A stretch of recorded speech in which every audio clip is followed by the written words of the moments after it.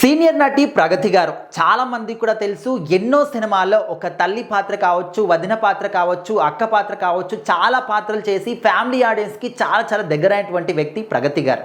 So మరి తను రీసెంట్గా చాలా ఘోరంగా ట్రోలింగ్కి గురవుతూ ఉన్నారు. సో ఆ ట్రోలింగ్స్కి ఘాటుగా స్పందించారు మన సింగర్ చిన్మయి గారు.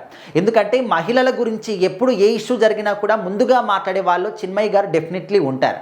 సో మరి ప్రగతి గారు సినిమాలు చేయడమే కాకుండా, ప్రజాదరణ పొందడమే కాకుండా ఈ మధ్య కాలంలో సినిమాలకి దూరంగా ఉంటూ పవర్ లిఫ్టింగ్లో తన సత్తా ఏంటి చాటుకుంటున్నారు. మన దగ్గరనే చాలా పథకాలు సాధించారు. సో మరి రీసెంట్గా టర్కీలో జరిగినటువంటి ఛాంపియన్షిప్లో 4 పథకాలు గెలుచుకున్నారు. 1, 2 కాదు, 4 పథకాలు. అందులో ఒకటి బంగారు పథకం అయితే మిగతా 3 కూడా రజత పథకాలు.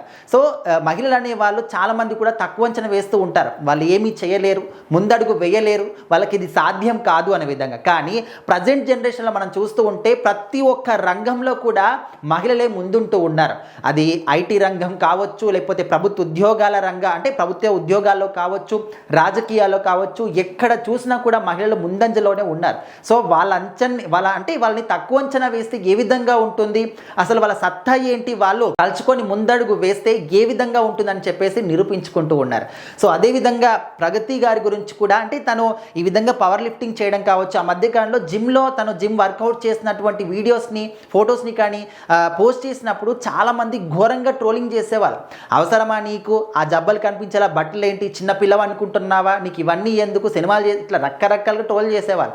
సో దానికి ఇప్పుడు చిన్మయి గారు యొక్క ఫోటోని చూపిస్తూ ఇలాంటి గొప్ప వ్యక్తుల గురించి ఎవరెవరైతే తప్పుగా వాగారో ఖచ్చితంగా మీ నోర్లు మూసుకోండి అనే విధంగా చిన్మయి గారు మాట్లాడుతూ, ఆడవాళ్ళు ఎందుకు అంత తక్కువ చూపు, ఎందుకు తక్కువగా చూస్తూ ఉంటారో, వాళ్ళు తలుచుకుంటే ఏదైనా కూడా సాధించగలరు. అండ్ ముఖ్యంగా ప్రజెంట్ జనరేషన్లో మనం చూస్తూ ఉన్నాం, రోజుకు ఎంతో మంది మహిళల మీద అఘాయిత్యాలు జరుగుతూ ఉన్నాయి. సో అలాంటి వాటన్నిటిని కూడా ఎదుర్కోవాలంటే మన దగ్గర బలం ఉండాలి, మన దగ్గర సత్తా ఉండాలి, ఆ ఒక ధైర్యం మన దగ్గర ఉండాలి.